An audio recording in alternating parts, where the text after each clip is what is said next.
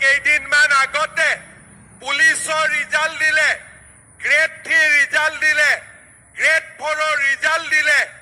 ইয়াতে 3% চাহ বাগিচাৰ যুৱক যুৱতীয়ে চাকৰি পালে।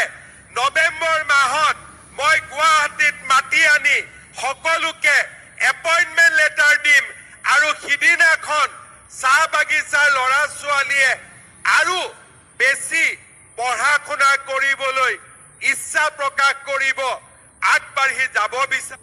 যোৱা কেইদিনমান আগতে পুলিচৰ ৰিজাল্ট দিলে, গ্ৰেড 3 ৰিজাল্ট দিলে, গ্ৰেড 4ৰ ৰিজাল্ট দিলে। ইয়াতে 3% চাহ বাগিচাৰ যুৱক যুৱতীয়ে চাকৰি পালে। নৱেম্বৰ মাহত মই গুৱাহাটীত মাতি আনি সকলোকে এপইণ্টমেণ্ট লেটাৰ দিম আৰু সিদিনাখন চাহ বাগিচাৰ ল'ৰা ছোৱালীয়ে আৰু বেছি পঢ়া শুনা কৰিবলৈ ইচ্ছা প্ৰকাশ কৰিব। আপোনালোকে নিশ্চয় মুখ্যমন্ত্ৰী মহোদয়ৰ বক্তব্য শুনিলে। অৱশেষত LP UP GT PGT Assam police grade 3 grade 4ৰ নিযুক্তিৰ কথা তেওঁ ঘোষণা কৰিলে। নৱেম্বৰ মাহত গুৱাহাটীত নিযুক্তি দিয়াৰ কথা তেখেতে ঘোষণা কৰিছে। গতিকে অৱশেষত উৎকণ্ঠাৰ অন্ত পৰিলে বুলি ক'ব লাগিব।